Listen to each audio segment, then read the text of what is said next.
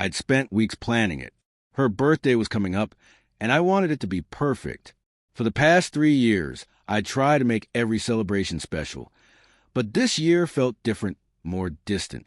Her responses were shorter, her hugs weaker, her eyes sometimes wandering when I spoke. But I chalked it up to stress. Life gets busy. Love stays steady. At least, I thought it did. She believed I had to work late. I told her I wouldn't be home until 10 p.m., back-to-back meetings, and a dinner with the boss. But that was a lie, part of the plan. I left work early, picked up the cake she liked, red velvet with cream cheese frosting, and the necklace she had admired weeks ago, still hanging in the jewelry store window. My heart raced as I pulled into our driveway around 5:45. I pictured her face lighting up when I walked through the door. I imagined us hugging, laughing, maybe even dancing in the kitchen like we used to. I quietly turned the key, pushed the door open, and my world shattered. Her coat was on the floor. His shoes were by the couch. I heard music, low and soft, coming from upstairs, our bedroom. I froze. At first, I didn't believe it. My brain struggled to piece it together. Maybe a misunderstanding, maybe someone else. But the laughter that followed, hers, was a final blow. I walked up the stairs slowly, each step heavier than the last. My hands were cold. My heart pounded like it knew something I didn't want to accept. The door wasn't even locked. I opened it. There they were, tangled in the sheets. Her face turned toward me in horror, his eyes wide with that unmistakable look of someone caught doing the unforgivable. The cake slipped from my hands and splattered on the floor. Silence, then stammering. "It's not what it looks like," she said, pulling the sheet over herself like it could shield her from the truth. But it was exactly what it looked like. I didn't yell. I didn't cry. I just stared at the woman I thought I knew, at the stranger beside her, at the broken pieces of my own love lying in frosting and velvet on the floor. "I came home early to surprise you," I whispered. "Happy birthday." Then I walked out. The necklace? I left it on the kitchen table. Some gifts are better left unopened. I didn't go far. Just down the street, parked at the edge of the park where we used to take evening walks. I sat there, staring out the windshield, the engine humming, the cake still smeared on my palms. I couldn't feel anything yet.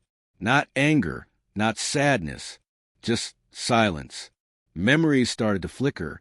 Her laughter the first time I made her coffee. The way she used to fall asleep on the couch during movies.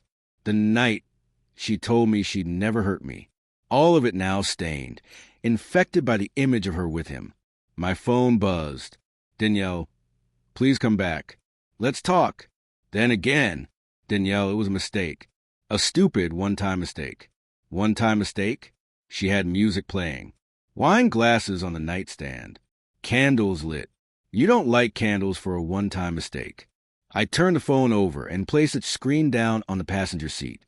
I couldn't look at her name without the taste of betrayal burning in my throat. That night, I didn't sleep. I stayed at a motel near the highway. Cheap, quiet, far enough from home that I wouldn't have to think about what was in my bed. Or who. The next morning, she called. I let it ring. Then the text came in waves. "I didn't mean for you to find out like that. It didn't mean anything. You mean everything. Can we talk, please? You just left." She didn't understand. It wasn't just what she did. It was how effortlessly she lied. The "I love yous," the sleepy kisses, the casual talks about vacations and kids. All lies, spoken with the same mouth that whispered to another man in the bed we shared. 2 days passed before I returned to the house. Not for her. For closure. She was gone when I arrived. Probably at work, or maybe with him. I didn't care. I packed what I needed. Some clothes, my documents, and the few things that still felt like mine. Everything else could rot. I left the necklace box on her pillow. Still unopened. Still beautiful. Let her see what real love looked like. Let her see what she threw away. Weeks passed. She tried everything. Calls, voicemails, long emails filled with apologies and excuses. Her friends reached out too, asking me to hear her out. But I didn't want apologies. I didn't need closure through her mouth. I already had it, The moment I opened that bedroom door, pain doesn't always shout. Sometimes it walks out the front door quietly and never looks back. And that's what I did. I don't know where she is now. I don't care. All I know is, on the night I tried to surprise her, she surprised me instead. And that was the last birthday I ever celebrated for her. To be continued, maybe. If you like a version from her POV next, or a story of healing, revenge, or rebuilding, just let me know. A month passed.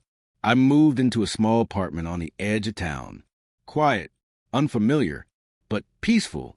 The kind of place where silence no longer meant suspicion, just peace. At first, I hated being alone. The empty bed, the quiet mornings, the instinct to check my phone for her messages, even though I blocked her number. But day by day, I stopped remembering her face when I made coffee. I stopped hearing her laugh in the silence. And slowly, I started remembering me. Not the version of me who waited up at night, wondering. Not the one who smiled through doubt, but the one who deserved more. Some wounds don't need revenge. They just need time, distance, and a locked door that never opens again. One evening, I passed by a bakery. Red velvet cakes in the window. I didn't flinch. Instead, I smiled, walked in, and bought a slice for myself. Not because it reminded me of her, but because it didn't anymore. That's when I knew. She was gone, and I was free.